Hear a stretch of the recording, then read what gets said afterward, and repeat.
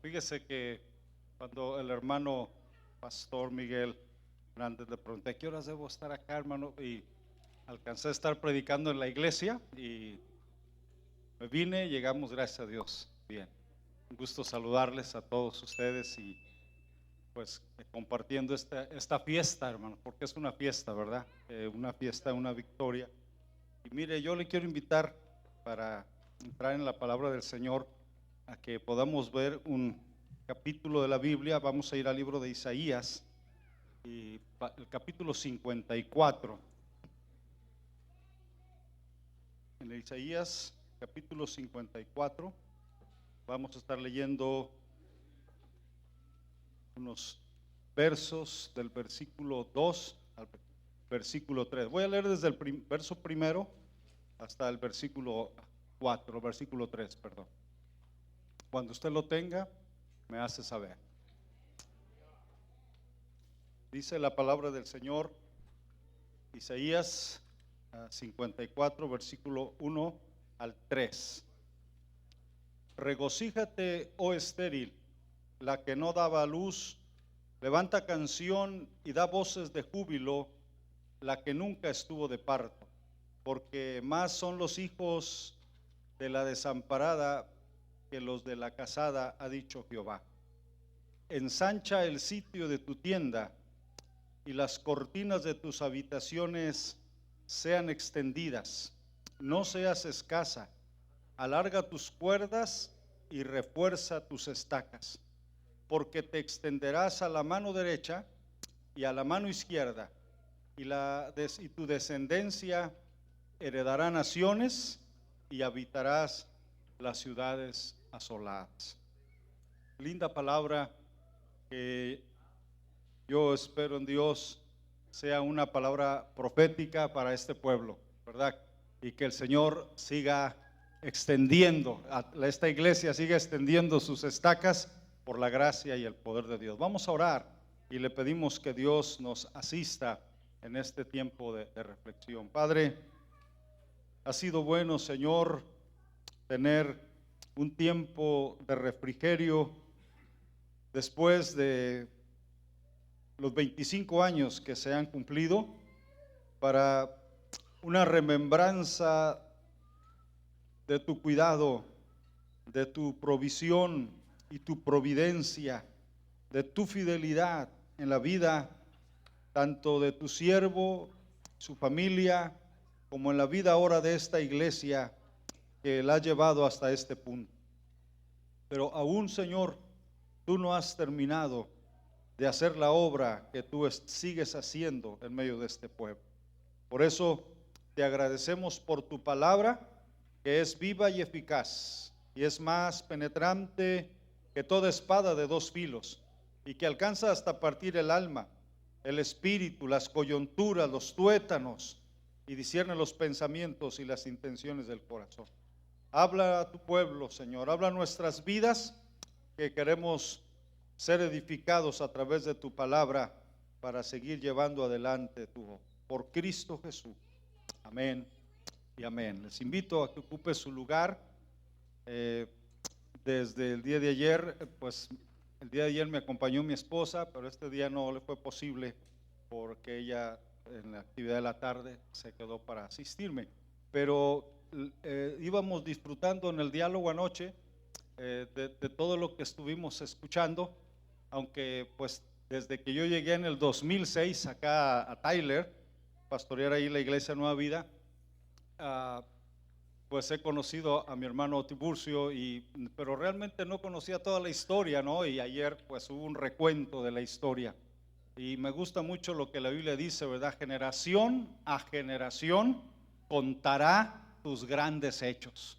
Y esto queda para siempre, queda para la historia aquí en esta tierra, pero aún para la gloria de Dios en la misma eternidad. Así que gracias a Dios por ese testimonio, lo disfruté, me gocé en todo ello, ver la fidelidad de Dios, le decía a mi esposa, y me gozaba lo que es la fuerza de una amistad, hablando de mi hermano Cruz, ¿verdad? Mi hermano Juan Cruz con mi hermano Tiburcio, y sabe que una amistad no se hace de la noche a la mañana, toma tiempo. Las verdaderas amistades son, ahora sí, perdónenme lo que voy a decir, son como el buen vino. Entre más añejo es mejor, ¿verdad? Aunque nosotros ya ni una gota, pero el punto, lo que quiero decir, eso es lo que marcan y lo que dicen. Pero realmente les felicito, hermanos, y felicidades, hermano Valencia, ¿verdad? Y familia, y también pues el apoyo que a través del tiempo nuestro hermano Cruz, como lo ha mencionado. Me gozaba ayer de las lenguas. Mi esposa y yo nos gozamos de las lenguas, como decían, ¿qué vamos a hacer? Yo he pensado que cuando lleguemos aún al cielo, porque la hermana decía de los tamales, cuando lleguemos al cielo va a haber un monumento al tamal, porque con el tamal se han hecho templos y se han levantado obras, y oiga cómo se ha avanzado, ¿verdad? Así que agradecemos a Dios por todo ese trabajo que se ha realizado y deseamos que Dios le bendiga. Pero como decíamos hace un momentito en la oración, Dios todavía no acaba, porque la obra de Dios, mientras estemos en esta tierra, le comparto que la oración de nuestro Señor Jesucristo en el capítulo 17 de San Juan dice dos frases que, si las une, son muy características. Él dijo al Padre, estos, hablando de los discípulos, estos están en el mundo, ¿verdad? Él prácticamente ya había terminado su obra. Dijo, yo regreso al hogar, pero estos están en el mundo. Y luego dice más adelante, pero no son del mundo. Están en el mundo, pero no son del mundo. Dígalo conmigo, estamos en el mundo, pero no somos del mundo. Ahora, cuando la Biblia dice están en el mundo, habla de una misión. Dios nos dejó con un propósito. Hay una tarea, por eso dice están en el mundo. Pero cuando dice no son del mundo, habla de la identidad. ¿Quiénes somos? No somos del mundo, no pertenecemos aquí, somos peregrinos y advenedizos, vamos de pasada, y nuestra identidad nos viene de Dios. No confunda la identidad ni con un título, ni con una posición social, ni con la cuestión de riquezas, ni con la cuestión de un nombre más que el nombre celestial. ¿Por qué? Porque lo que nos caracteriza a nosotros es que somos hijos e hijas de Dios. Esa es la característica esencial. Amén.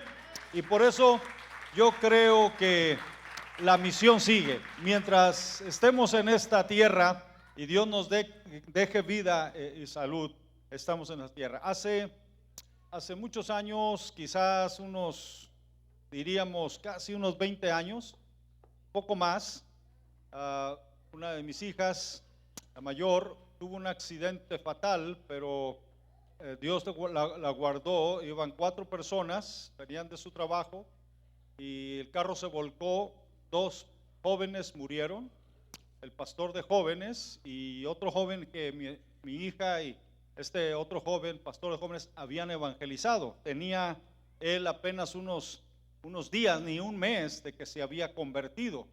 Así que cuando la policía llamó ya anoche para decirme que mi hija se había envuelto en un hospital y que 2 personas habían fallecido, pues yo me imaginé lo peor pensando en ella también, y nos fuimos al hospital y gracias a Dios, y digo esto porque Dios tiene un propósito, ¿no?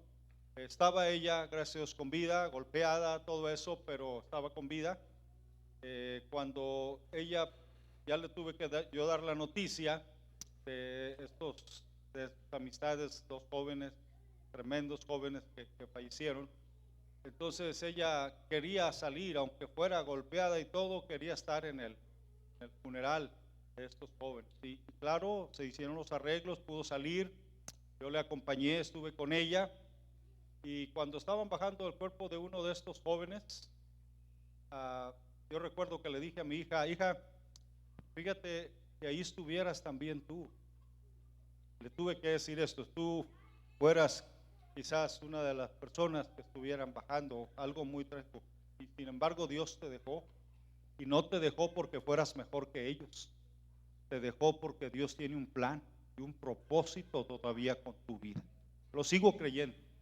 Y sigo creyendo que aún en medio de esta pandemia que hemos vivido y donde tantos seres queridos se nos han ido, conocidos, gente cercana, no se han ido, porque nosotros seamos mejores, y estamos aquí porque seamos mejores que ellos, porque todos somos pecadores. Jesucristo dijo: si no os arrepentís, todos pereceréis igualmente.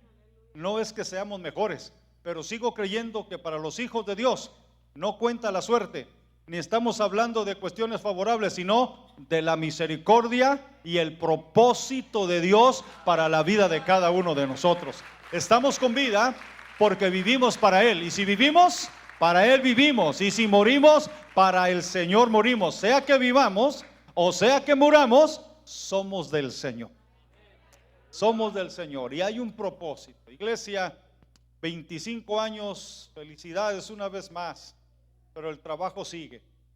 25 años de arduo trabajo y todavía queda mucho por hacer. La oración de Jesucristo sigue siendo: rogad al Señor de la mies que envíe obreros a su mies. La mies es mucha, todavía es mucha, y el Señor requiere manos, pies, bocas para proclamar el mensaje del Señor. Y de esta iglesia no solamente han venido almas para conocer al Señor, pero también se está constituyendo en un semillero de obreros, donde de aquí mismo están saliendo hombres o mujeres para seguir proclamando el bendito mensaje. Y yo quiero considerar desde esa perspectiva preparativos para el crecimiento, porque Dios nos llama a crecer, Dios nos llama a avanzar, a desarrollar, lo hemos mencionado. Me encanta lo que Pablo llega a decir cuando habla de su crecimiento, o habla de su experiencia allá en Filipenses, en el capítulo 3. Él dice: hermanos, yo mismo no pretendo haberlo alcanzado todo. Y dice él: ni que no estoy pretendiendo ni que ya sea perfecto, pero una cosa hago: olvido ciertamente lo que queda atrás y me extiendo hacia adelante al premio de la vocación de Dios, de la soberana vocación de Dios, que es en Cristo Jesús, Señor nuestro. Pablo nunca dejó de crecer. Pablo jamás dejó de crecer. No vamos a llegar a un punto en que digamos: ya llegamos. No, Pablo dijo: todavía no llego a la meta, pero prosigo, voy adelante. Y una de las cosas que debemos tener en mente es: no dejemos de crecer, porque si dejamos de crecer, nos estancamos y básicamente perturbamos el crecimiento de la obra y de otros. Así que vamos adelante y vamos a seguir creciendo. Este pasaje ensancha prácticamente tu territorio. Es el llamado de Dios a su pueblo a actuar en perspectiva al crecimiento prometido por Él. Es Dios, hermanos, que promete el crecimiento. Es Dios el que da el crecimiento. Pablo llega a decir: él sembró, yo sembré, dice, pero Apolo regó, pero el crecimiento lo da el Señor. Así que es la gracia y el poder de Dios, y si Dios da el crecimiento, debería ser una gran motivación para nosotros para seguir creciendo. Yo recuerdo en los pastorados que he tenido, yo he tomado ese pasaje para decir, como en el caso de Nueva Vida, quien sembró y que hizo un lindo trabajo, como lo fue el hermano Fuentes, y bromeando con los hermanos les digo: el hermano sembró y yo la regué, pero la regué en buen sentido, ¿verdad? O sea, eché agua al respecto. Yo lo que quiero enfatizar: Dios da el crecimiento, amén. Dios da el crecimiento, y yo quiero hablar sobre esto. La visión de Dios, hermano, no es algo estático, siempre es llevarnos a la acción. Dios es un Dios de acción. Él está obrando desde el principio. Es más, Jesucristo dijo: mi Padre hasta ahora trabaja. ¿Y qué dijo Él? Yo trabajo. Hasta ahora trabaja, yo trabajo. Sí que somos llamados. No hay tal cosa, como dijo uno que estaba descansando del Evangelio. Qué gran contradicción. El Evangelio es descanso, y hermanos, no necesariamente físico, amén, pero quiere decir que el Evangelio siempre nos lleva a la acción. Y entonces yo quiero considerar esta perspectiva. Cuando Dios se manifestó a Moisés en medio de la zarza ardiendo, le llevó hasta la liberación del pueblo israelita de la esclavitud, como mencionábamos ayer. ¿Recuerdan esa experiencia tan maravillosa? y luego se reveló a Isaías también en una visión muy especial. En el capítulo 6 del libro que lleva su nombre, Isaías tuvo una experiencia donde vio a Dios sentado en su trono, que más que una visión era una realidad lo que él estaba percibiendo, lo que él estaba viendo. Y entonces, después de toda la experiencia, ¿saben lo que él dijo? Él dijo: ay de mí que soy muerto, porque siendo un hombre de labios inmundos y habitando en medio de gente pecadora, han visto mis ojos al Rey Jehová de los ejércitos. Él pensó que iba a morir, y cada vez que Dios se manifiesta en su gloria, en realidad la reacción no es como de un compadrazgo, como decir me tomé una fotografía con Dios, mírenme aquí. No es un momento de envanecerse, al contrario, cada vez que la Biblia habla de que alguien tiene un encuentro con Dios, la persona siente hundirse, siente que se muere. Como Pedro dijo: apártate de mí, Señor, soy hombre pecador. Y es que cuando Dios se manifiesta, expone nuestra debilidad, expone nuestra pecaminosidad. Si somos muy bien vistos ante otros o ante nuestros propios ojos, cuando Dios se manifiesta, revela quiénes somos en realidad. Y esto lo encontramos a la luz de toda la Biblia. Job mismo lo llegó a decir. Pero lo que quiero enfatizar con esa visión es la pregunta que Dios hace cuando Él pregunta: ¿a quién enviaré? ¿Y quién irá por nosotros? Y entonces Dios provocó ese sentir en Isaías, que dijo: heme aquí, Señor, envíame a mí.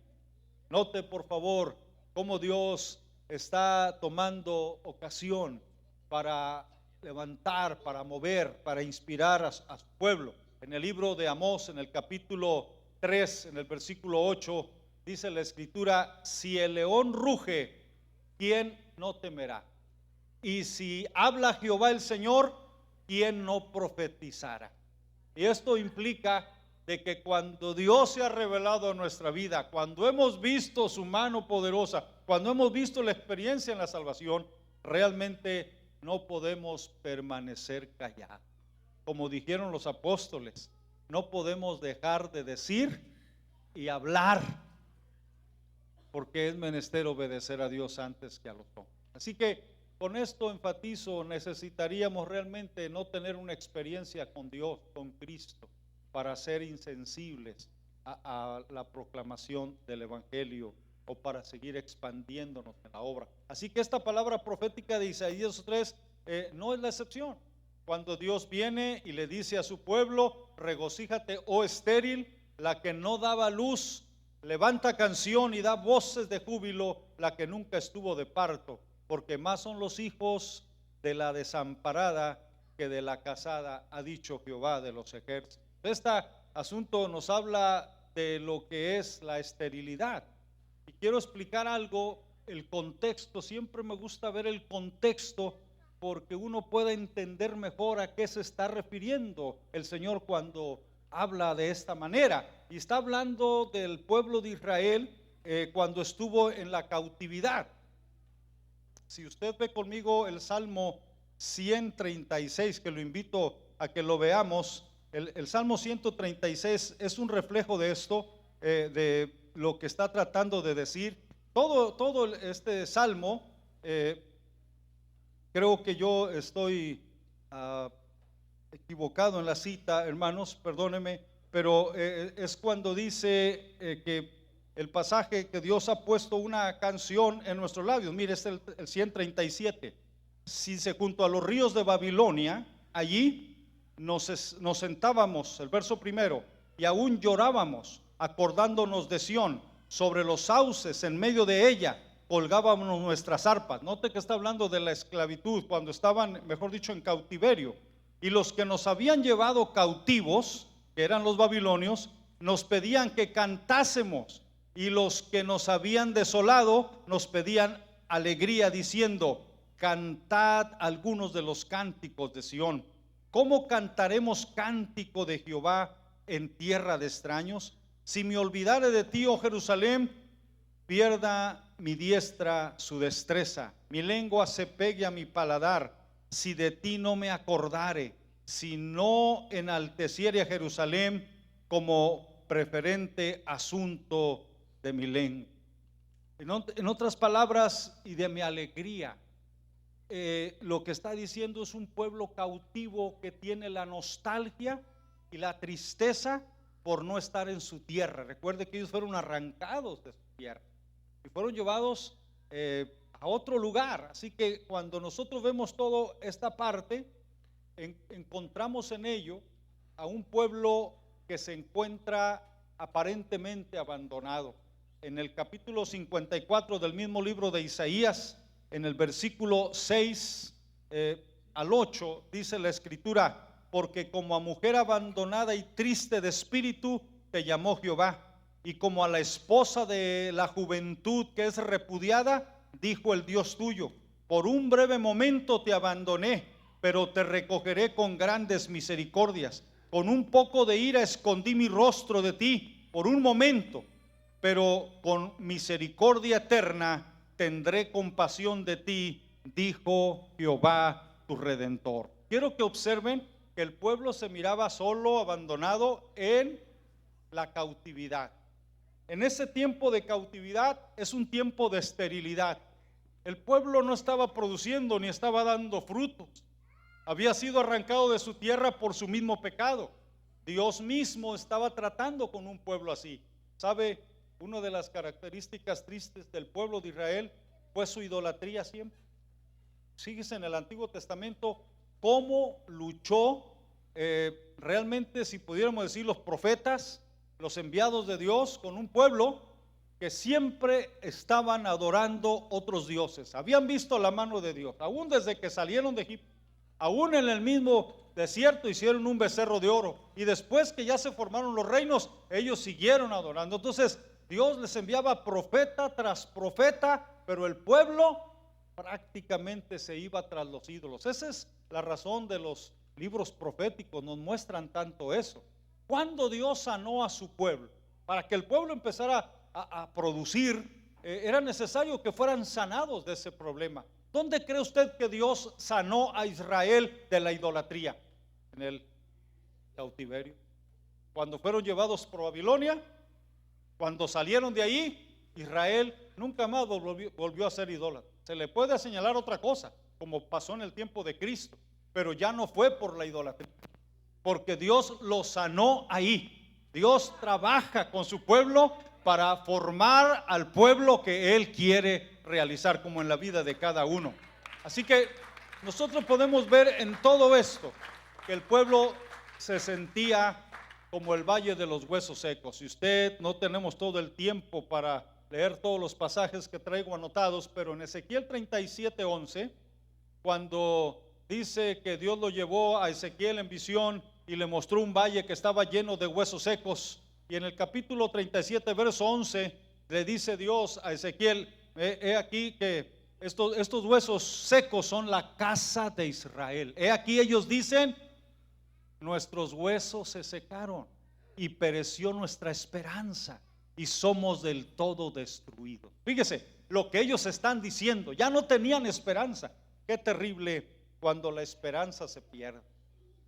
Qué terrible cuando realmente ya no hay nada que nos pueda motivar. Sabe que la esperanza es futura, ¿no? La esperanza es algo que es escatológico, está más allá.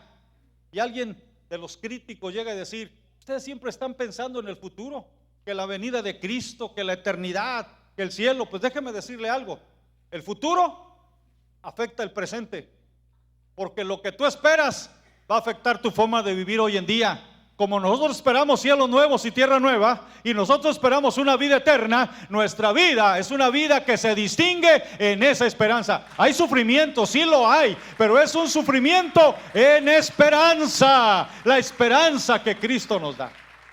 Así que este pueblo ya había perdido su esperanza en medio de eso.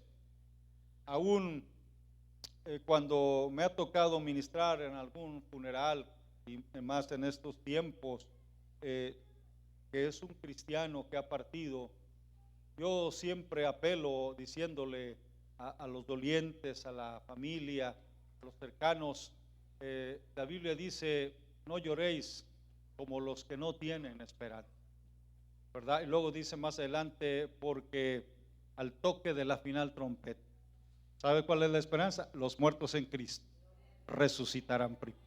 Entonces Entonces Dios trae una resurrección a su pueblo Israel. Estaban como cautivos, estaban como secos, no había vida en ellos, habían perdido la esperanza, y Dios llega con un mensaje: huesos secos, oíd palabra de Jehová, y les ministra de tal manera que viene a generar. ¿Sabe cuál era el problema del pueblo? El pueblo, vuelvo a decir, ya habían perdido la esperanza y se centraban todo en el pasado. Ellos decían: Dios obró en el pasado en nuestros padres, cómo los sacó de Egipto, pero eso hace mucho tiempo, eso pasó hace siglos. Creo que nosotros ya no tenemos ninguna otra oportunidad. Y entonces Dios viene y les habla de una manera tan bella y les dice: no os acordéis de las cosas pasadas, ni traigáis a memoria las cosas antiguas. He aquí, yo hago cosa nueva y pronto saldrá a luz. Nuestro pasado no puede determinar nuestro futuro. Antes bien, me gusta lo que dice Zig Ziglar en un excelente libro que se llama Nos veremos en la cumbre. Él dice: con un pasado perdonado y un futuro asegurado, no hay nada que me pueda espantar en el presente. Note eso: un pasado perdonado. ¿Cómo fue tu pasado? Muy difícil, muy crítico. Hubo quizás abuso, o hubo quién sabe cuántas cosas de las que me avergüenzo, pero dice: tu pasado ha sido perdonado y tu futuro ya está asegurado. ¿Qué te puede espantar en el presente? Nada nos puede espantar en Cristo Jesús. Aquí está Dios diciéndole esto a este pueblo. Mire cómo es cuando dice entonces el pasaje. Está diciéndole: regocíjate, oh estéril. Está hablando de aquel pueblo que fue llevado cautivo y que básicamente no estaba produciendo porque se encontraba en la cautividad. En medio de toda esa situación es que Dios viene a traer este mensaje y le dice que se regocije y que actúe en esa manera. Y yo quiero decirle entonces que dentro de los preparativos para el crecimiento es el llamado de Dios a actuar en fe. Actuar en fe. Lo que está diciéndole Dios aquí en este primer versículo: regocíjate, oh estéril. ¿Cómo se puede regocijar la estéril si sabe que no puede producir? ¿Cómo puede regocijarse este pueblo sabiéndose que está en cautividad y que solamente están dependiendo de un recuerdo? No es nada malo con pensar en el pasado. El problema es vivir en él. Tenemos que aprender del pasado, pero no tenemos que vivir en el pasado. Usted y yo tenemos que pensar lo de ayer y tomar lecciones y aprender para no cometer los mismos errores, pero no me debo quedar en el pasado. He de saber que Dios tiene el poder, como lo ha hecho, de aún cambiar esos efectos del pasado para mi vida presente. Y es lo que le está diciendo al pueblo. ¿Por qué digo que es un principio de fe? El crecimiento y lo que Dios está hablando aquí es el llamado a la fe. Y la fe a creerle a Dios. ¿Sabe usted que la fe, nosotros decimos creo en Dios, pero la fe es más que creer en Dios? La fe es creerle a Dios. Cuando usted dice creo en Dios, también los demonios creen y tiemblan. En otras palabras, se llama la fe de los demonios. Los demonios creen en Dios. El diablo cree en Dios. ¿Se acuerda usted cuando Jesucristo andaba por esta tierra y que se presentaba un endemoniado? ¿Qué le decían ellos? Sabemos quién eres. Le decían los demonios, sabemos quién eres, el Santo de Israel. Y le decían: ¿por qué has venido antes de tiempo a atormentarnos? O sea, los demonios tienen más fe que los ateos. Saben quién es Jesús. Pero la fe en sí es creerle a Dios. Vuelvo a decir, una fe es una cuestión de decir creo en Dios, la otra es creerle a Dios. Vivimos en un tiempo en que la credibilidad se ha perdido, ¿sabe? ¿Cuántos se acuerdan que hacía usted un cheque y le aceptaban el cheque con gusto? Pero ahora hay negocios que le dicen no, tarjeta o cash o efectivo, pero no cheques. Porque se ha perdido la credibilidad. Porque a veces se dan cheques sin fondos, se dan cheques, y lamentablemente, aunque hay personas íntegras, es parejo ya. Lo que quiero enfatizar es: se ha perdido la credibilidad. Y uno de los grandes problemas el pecado es decir, el pecado en esencia es la incredulidad. Por falta de fe o por no creerle a Dios, Adán y Eva pecaron. Ellos le creyeron más a Satanás. Dios les dijo: no comáis de ese fruto, de ese árbol, del fruto de ese árbol, porque el día que de él coman van a morir. Y Satanás dijo: no moriréis. Así que ellos le creyeron a Satanás. Creían en Dios, claro, pero no le creyeron. Y entró el problema. ¿Por qué Israel no pudo entrar a la tierra prometida? ¿Por qué no en el desierto saliendo? Apenas tenían unos 3 meses que habían salido y ya podían irse a la tierra prometida. Enviaron espías. Y cuando regresaron, ¿qué sucedió? No le creyeron. Por eso no entraron a la tierra prometida. Cuando Jesús fue crucificado, ¿por qué cree usted que fue crucificado? Porque la gente no le creyó.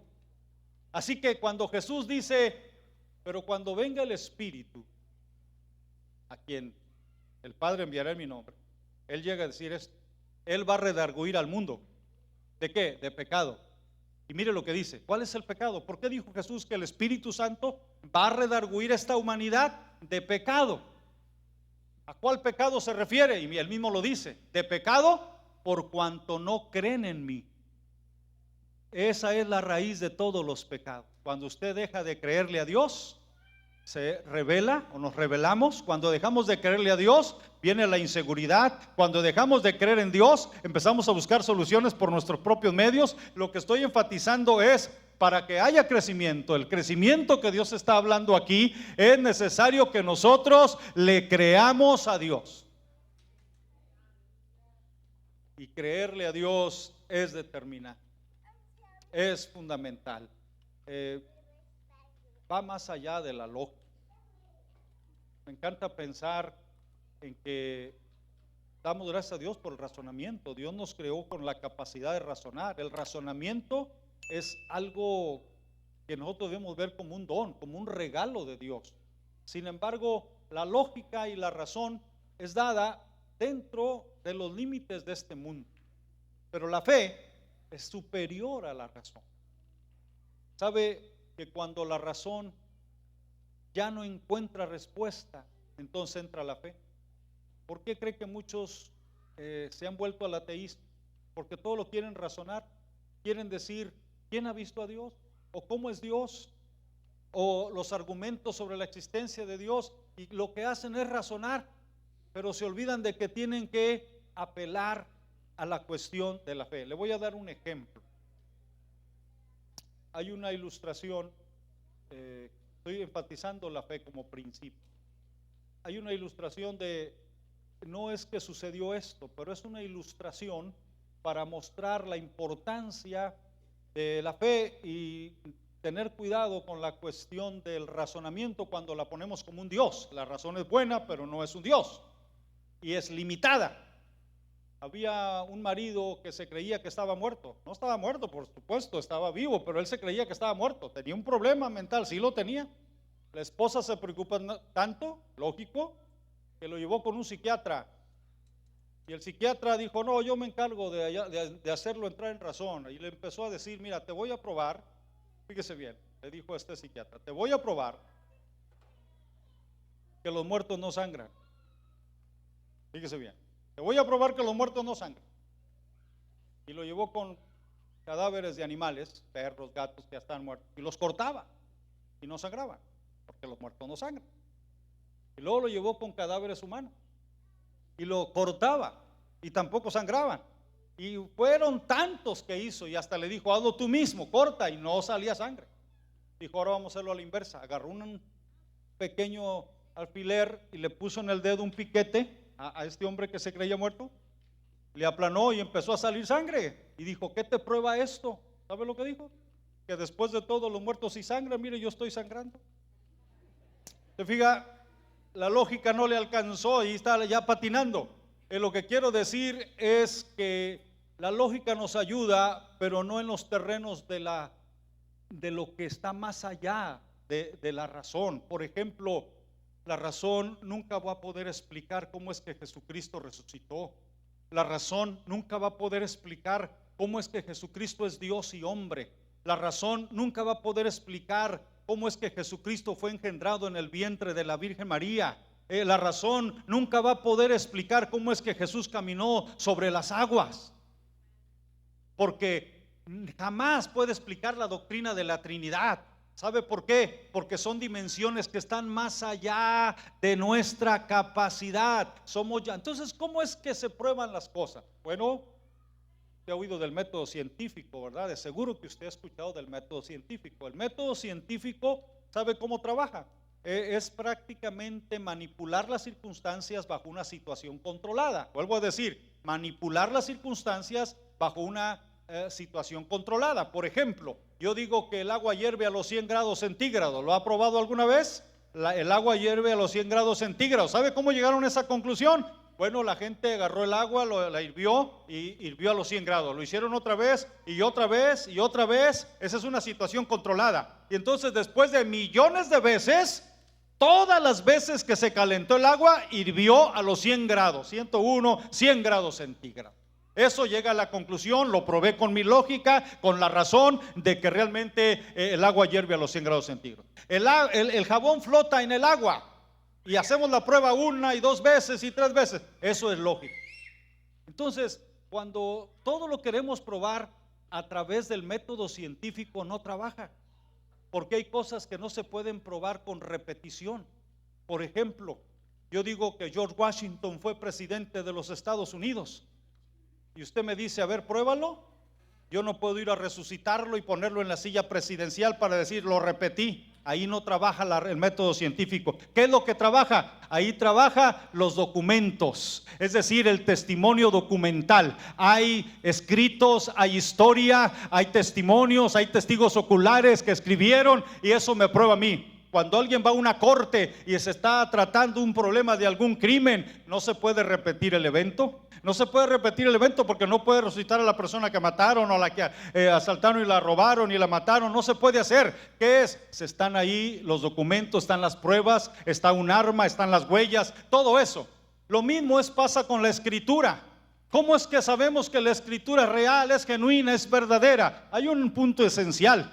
Hay testigos oculares que caminaron con Jesucristo. Ellos dicen lo que hemos visto, lo que hemos oído, lo que hemos tocado con nuestras manos tocante al verbo de vida. Aquí se los dejamos en esta escritura, y nosotros estamos creyendo el testimonio de testigos oculares. No es por la lógica, es por la fe. Pero no es una fe ciega, es una fe que está basada. Entonces, cuando Dios dice, cuando Dios habla, somos llamados a creerle. Dios es digno de crédito, hermanos. Dios es fiel. Dios es fiel, no ha fallado una sola situación. Dios ha sido fiel.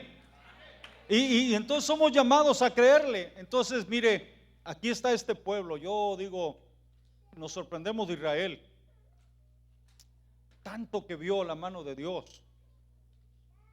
Pues no nos sorprendamos tanto, porque nosotros caemos igual. No le llegamos a creer a Dios. Y Dios nos está mostrando y probando aquí. Qué interesante es el caminar por fe.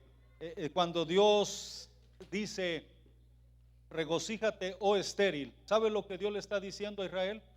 Israel incrédulo, Israel que no le cree, Israel que cree que ya no va a salir de la cautividad. Mire lo que Dios le está diciendo. Regocíjate. Y les da una razón. ¿De dónde vienes, Israel? ¿Cuál es tu origen, Israel? ¿Cómo es que viniste a la existencia, Israel? Fíjese lo que voy a decir. Entonces está diciéndole al pueblo de Israel, Israel, tú eres producto y resultado de un hombre anciano, casi 100 años, y tu madre anciana y también estéril. La madre de Israel prácticamente viene siendo Sara. Ahí comenzó todo. Pero no podían tener hijos. ¿Se acuerda que por eso vino Ismael? Porque Sara en desesperación le dio a Agar.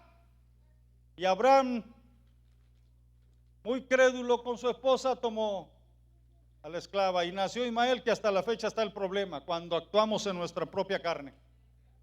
Lo único que hacemos en lugar de ayudar a Dios es meter problemas. Nunca vamos a poder ayudar a Dios. Pero lo que quiero decir, ¿de dónde nace Israel? Sara era estéril, pero aparte de ser estéril, ya tenía una edad fuera de tiempo para procrear.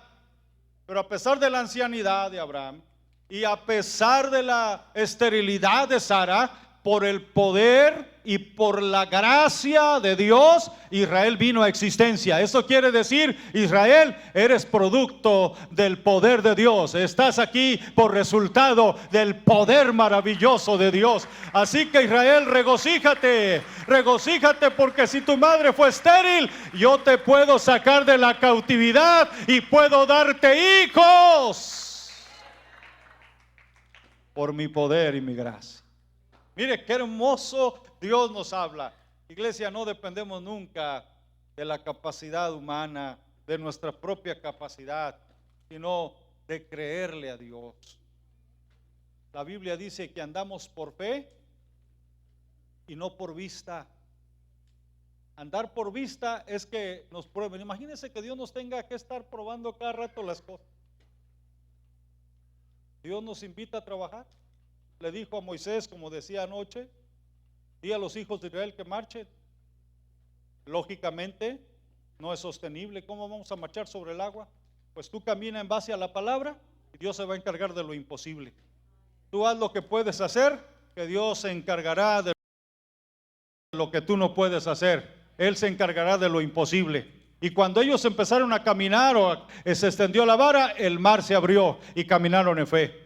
Cuando David se enfrentó a Goliat, mire la lógica entre la fe y la razón, o mire la comparación entre la lógica y la fe. Mire usted que Saúl le dijo, no podrás ir contra él.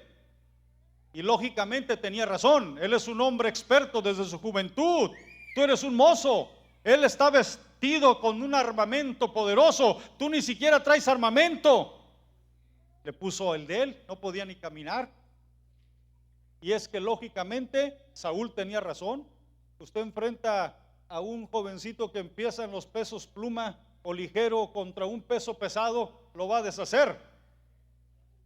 Pero David, por la fe, comparó a Goliat con Dios. Eso es importante.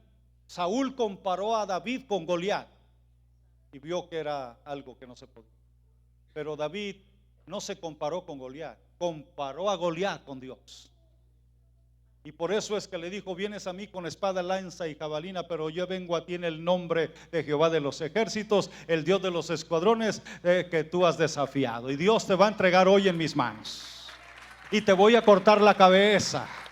Y ahí está el punto. Lo que quiero decir, le creyó a Dios. Le creyó a Dios. Y el llamado es aquí a creerle a Dios. Regocíjate, oh estéril, porque más son los hijos de la dejada, aquella que estaba en cautividad, que cuando estabas en tu propia tierra. Más son los hijos de la dejada que la que tiene marido, porque Dios se va a glorificar. Sabe, yo le puse hace rato el ejemplo del valle de los huesos secos, que es Israel. ¿Cómo los vio en el principio el profeta? Un valle lleno de huesos secos. ¿Cómo los ve al final? Un ejército grande en extremo. Nota lo que hace Dios. Es lo que Dios hace. Por eso el pasaje que nos habla aquí es regocíjate. Siempre el llamado de Dios es a gozarnos en la confianza. ¿Cómo dice la epístola a los filipenses? ¿Cuál es la palabra que más resalta Filipenses? Es el gozo. ¿Se acuerda lo que dice Pablo? Regocijaos en el Señor. Otra vez os digo que os regocijéis. Oiga, cuando usted y yo estamos rodeados de bienestar, tenemos todos los biles pagados y quizás tenemos para pagar todo un año adelantado, no sé, ¿verdad? Pudiera ser. Pero Pablo estaba en la cárcel. Note que a veces podemos regocijarnos cuando todo está seguro, pero Pablo estaba en la cárcel y en la cárcel él escribe: regocijaos en el Señor, gozaos en el Señor. Y otra vez os digo que os regocijéis. ¿Sabe por qué? Porque el gozo del apóstol Pablo no dependía, otra vez, ni de su pasado ni de su presente, sino en Dios, y él sabía el futuro. Hay una cosa maravillosa que Dios ha hecho. Yo lo estoy haciendo que reflexione un poco. Quizás usted ha leído algún libro novelesco donde se narra, o el testimonio, para ser más exactos, Yo leí por primera vez el libro de Job cuando era estudiante de la secundaria. Yo había conocido el evangelio pequeño, pero en esa edad, ya en la edad de la pubertad, la juventud, yo me desvié, pero ya en la adolescencia, ya en la juventud más grande, empecé a asistir otra vez y conocer al Señor. Y entonces el primer libro que leí fue el libro de Job. 41, 42 capítulos. Pero lo que me llama la atención es que cuando me llevó horas leyendo ese, y le aseguro que a usted le ha pasado eso, llegó un momento en que ya quería terminar. ¿Sabe cuál era la tentación? Irme al final a ver en qué terminaba todo esto. Pero decía, no, yo quiero leerlo todo. Pero la tentación es, cuando usted está viendo una película y alguien viene y le empieza, mira lo que sigue, usted le dice, no, déjame sufrir a mí, déjame ver, yo quiero ver a dónde llega. Pero a veces queremos irnos al final. Pues yo le voy a decir algo, porque cuando usted vuelve a leer el libro, otra vez he leído Job y es una bendición, pero yo ya sé el final. He visto alguna película que ya conozco el final, ya el impacto no es tan fuerte como cuando usted lo ve por primera vez. Lo que quiero decir es, Dios nos ha revelado el final de la historia. Estamos en un mundo tan incierto, pero es tan maravilloso que el Dios nuestro ya nos dijo, mira, este es el final, ya nos lo reveló.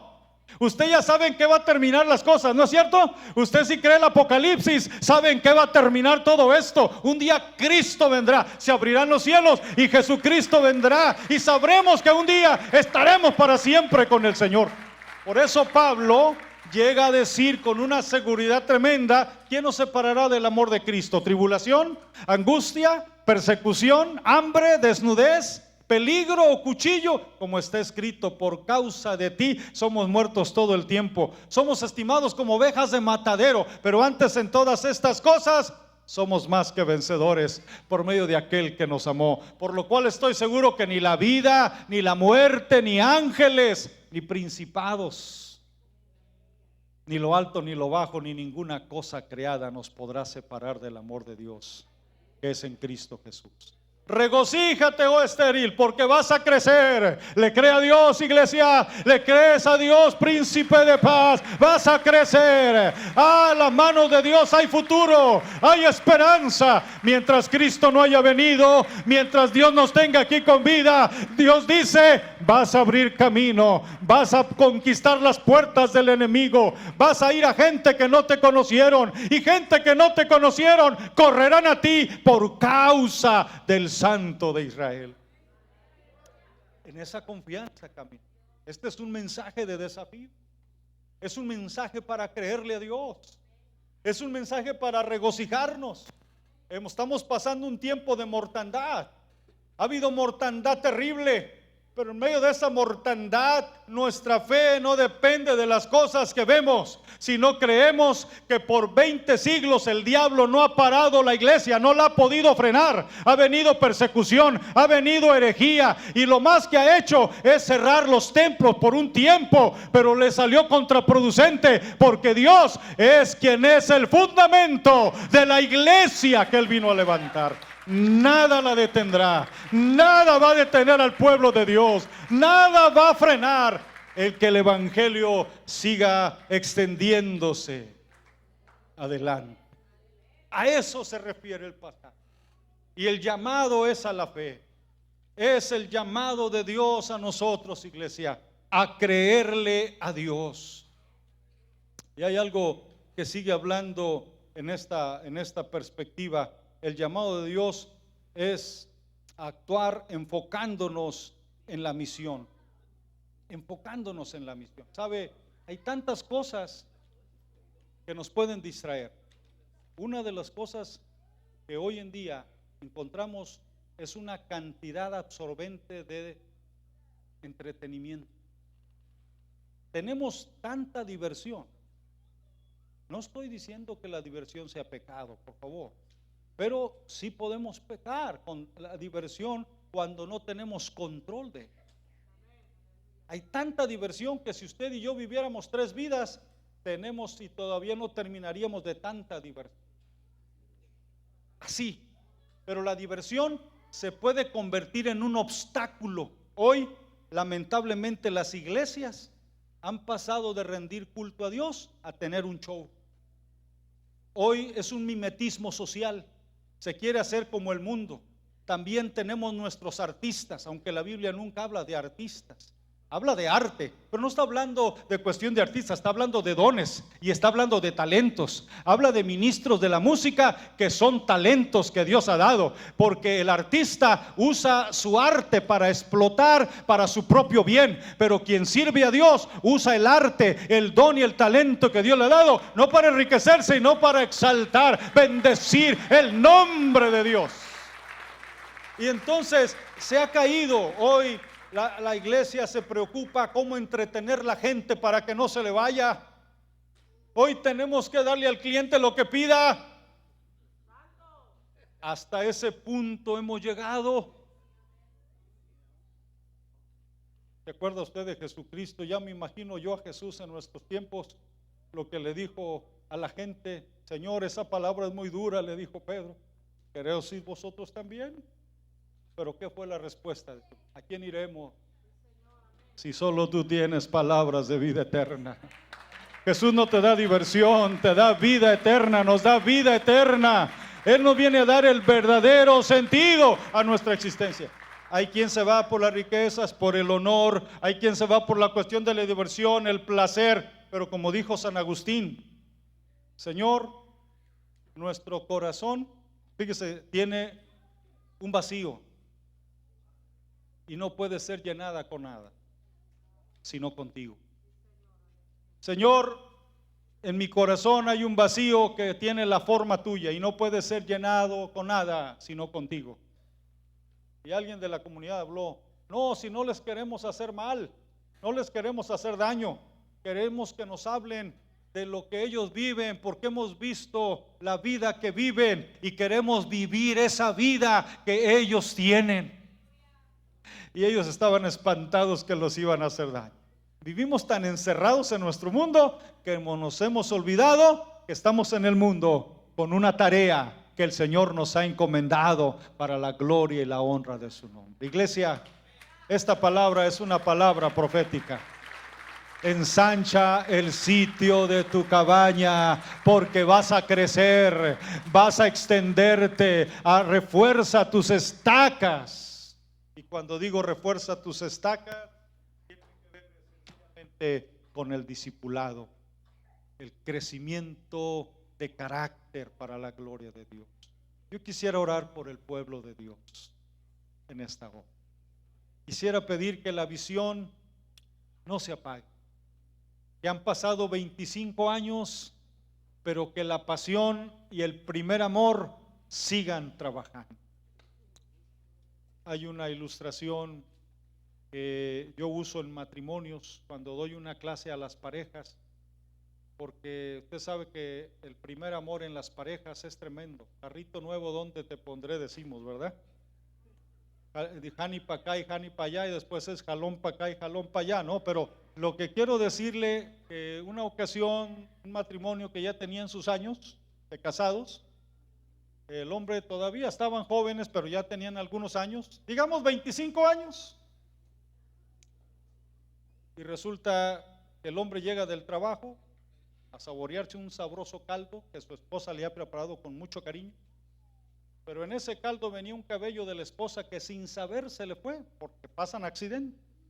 Entonces cuando el hombre está cansado y saboreándose aquel caldo, siente el cabello, sabe algo raro, y cuando empieza a jalar era un tremendo cabello, porque era un cabello largo. Se sacó todo ese cabello, estaba ya al rojo vivo cuando terminó de sacarse el cabello, y tiró el plato y empezó a ofender a la esposa, a decirle de cosas, de descuido, falta de higiene, cuánta situación más. La esposa callada nada más habló para decirle, recuerdo cuando éramos novios, decías que eras capaz de tragarme a besos y hoy no te quieres tragar un cabello mío. Cuando se pierde el primer amor, que los 25 años no sean un alto, sino que la pasión que hace 25 años ardía, siga ardiendo. para llevar adelante el Evangelio de Jesucristo. Yo quisiera invitar a la iglesia a venir a este altar. Quisiera que los líderes vinieran, quisieran mis hermanos de la iglesia, vengan aquí, por favor. Quizás guarden distancia si es posible, no sé, a lo mejor estoy rompiendo un protocolo, hermano Valencia, estoy bien si hago la invitación acá, hermano Miguel, estoy bien si invito aquí a la gente. Pues vengan, hermanos, queremos orar por la iglesia, queremos orar por la iglesia y todos los creyentes que están aquí, en el nombre del Señor. Pase aquí. ¿Qué le vamos a pedir a Dios? Dios, dame esa pasión, ayúdame a creerte para seguir llevando este evangelio. Comenzando en mi vida, enciende esa llama en mí, que pueda ensanchar el sitio de mi campo, que pueda ver tu gloria fluir. Dios quiere obrar en nuestros medios. Dios tiene todavía planes para nosotros. Hay almas que alcanzar, hay familia que tenemos que alcanzar para la gloria del Señor. Y es un tiempo. ¿Quiere venir a este altar? Véngase un momento, pase un momentito, llenen aquí. Y yo quisiera pedir que mis hermanos consiervos me ayuden a clamar al Señor aquí, ¿verdad? En el nombre del Señor, a pedir y poner nuestras manos y que Dios se glorifique. Amén. Que Dios se glorifique en el nombre de Jesús. Que Dios levante esa pasión. Sabe, quizás haya personas que visitan, pues quiero decirle que Jesucristo quiere impartirle esa vida que ha impartido a todo aquel que ha creído en él. Y puede pasar también e invitar a Jesucristo a su corazón. Le aseguro que su vida no será la misma. Habrá un cambio de 180 grados para la gloria del Señor. Cierre sus ojos. Empiece a adorar a Dios. Empiece a exaltar el nombre de Dios. Bendiga el nombre del Señor. Alabe el nombre del Señor. Empiece a exaltarle. Dígale gracias por estos 25 años. Gracias. Gracias porque nos has dado la fuerza. Gracias porque a pesar de que hubo obstáculos, tú nos diste siempre una fuerza más allá de nuestra capacidad. Nos pusiste el querer como el hacer por tu buena voluntad. Padre, gracias. Gracias por tu Espíritu Santo que tú enviaste en nuestros medios. Por tu Espíritu Santo que nos da la energía y nos da el poder y la fuerza para realizar tu obra, Señor. Es cierto que el enemigo ha venido como ríos, pero tú siempre has levantado bandera en contra de él. En el nombre de Jesús de Nazaret, en esta hora, Señor, quiero poner la iglesia Príncipe de Paz, esta hermosa congregación, Señor, que ha sido comprada a precio de sangre, que ha sido redimida en el nombre de Jesucristo y que se ha sembrado, se ha abierto surco, confiando en tu palabra, confiando en tu poder, confiando en tu gracia y en tu fidelidad, Señor. En este momento yo pido una fresca unción sobre tus siervos en este lugar, Señor. Como tú dijiste, el Espíritu del Señor está sobre mí, por cuanto me ha ungido para dar buenas nuevas a los pobres. Que también haya una fresca unción en cada creyente, porque cada creyente es templo de tu Espíritu Santo. Avívanos, Señor, avívanos con almas, avívanos trayendo a los perdidos, ayúdanos y avívanos, añadiendo cada día los que han de ser salvos. Empieza a levantar su voz, levante su voz en adoración, adore agradecido con Dios. Agradezca a Dios, dele la gloria al Señor. Agradezcale por la vida, por la salvación, por el perdón de pecados, por la sanidad que ha recibido, por la provisión, por el cuidado, por este templo, por la extensión en Akadoche, por la obra que todavía se seguirá haciendo. Ponga sus manos, aleluya, en alto y diga: Dios, tómame con tu diestra, sosténme. Dios va delante de ti, iglesia. El Señor dice: yo iré delante de ti. Yo voy delante de ti y voy enderezando los lugares torcidos y las puertas de bronce estoy haciendo pedazos. Abre su corazón, te serviré. Abre su corazón. Si yo lo haré, en el nombre de Jesús, en el te nombre de Jesús. obedeceré. Yo te pido, Señor, que traigas esa fresca sin unción en cada corazón. reservas ni Que te muevas en medio condiciones, de tu iglesia. te serviré. Que avives ese primer amor. Yo lo Que avives ese primer haré. Ese primer amor con que Yo nos te salvaste. obedeceré. Que continúe fresco, Señor, porque tu sin palabra no dice: reservas ni condiciones, con amor eterno te te he amado. serviré. Por tanto Mi te prolongué mi Señor, Yo misericordia. lo haré. Porque Dios es fiel. Te obedeceré. Dios tiene camino delante de ti. Sin reservas ni condiciones, porque yo estoy contigo. te serviré. No os acordéis de las cosas pasadas. No se Yo lo detenga haré. en el pasado. Sean fracasos, sean Te éxitos, obedeceré. todo lo que sea.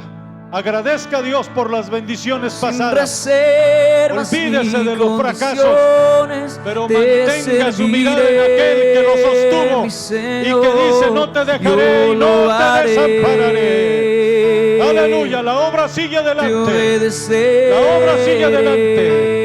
Oh, gracias, Señor, Sin por lo que seguirás reservas ni haciendo, por las almas que seguirán veniendo, yo te serviré. por las sanidades que estarás operando, Mi por Señor, las maravillas que estarás yo haciendo. lo haré. Abrirás camino en medio del desierto y vas a abrir camino en medio de la mar y vas a dar ríos de agua viva Sin para que beba tu pueblo, tu reservas ni escogido. condiciones, Venga el gozo de la te salvación. serviré. Aleja toda nostalgia, toda Mi tristeza, Jesús. toda amargura, en el nombre de Jesús de Nazaret. Te obedeceré.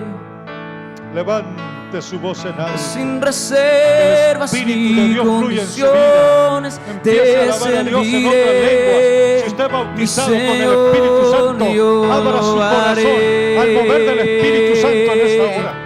Te Deje que una fresca unción obedeceré. corre en su vida, corre en la vida, en las venas de Sin esta congregación. reservas ni Oh, condiciones, rabasaya, te serviré. En el nombre de Mi Jesús. Señor Aleluya. Jesús. Gracias, Padre. Gracias, Señor.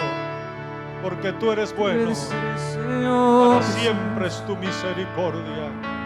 Oh, Señor, gracias porque tú dices: porque a mis ojos fuiste de gran estima, fuiste honorable, yo te amé. Yo derramaré de mi espíritu sobre tus hijos. Derramaré de mi espíritu sobre tu generación, sobre tu nueva generación.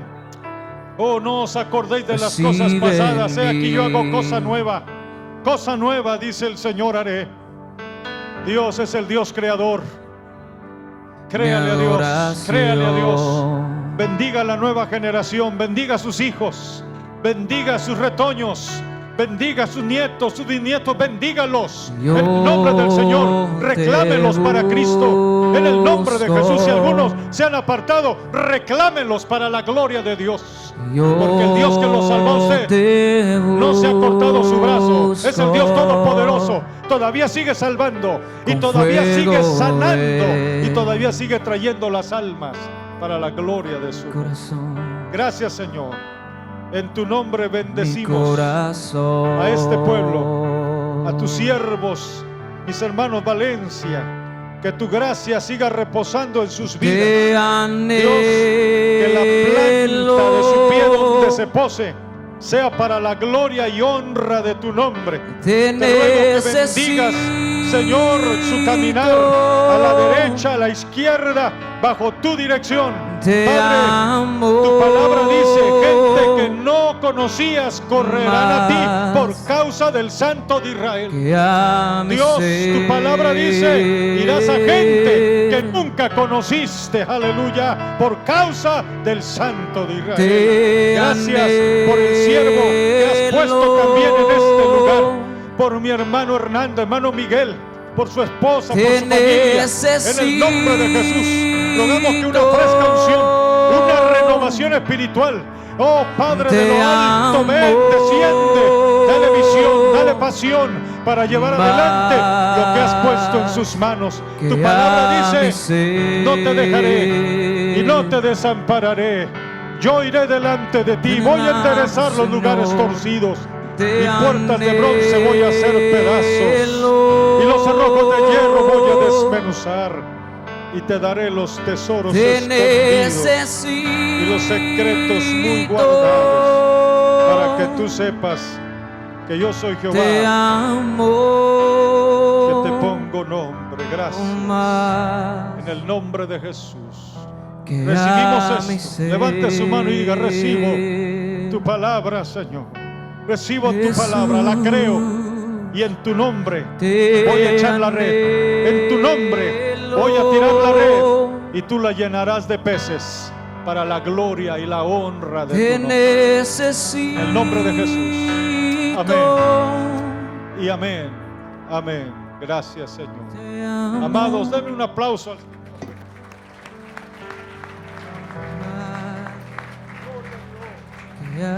Que Dios me los bendiga. Dejo este lugar. Mi hermanito Miguel, le dejo el lugar a mi hermano acá. Adelante.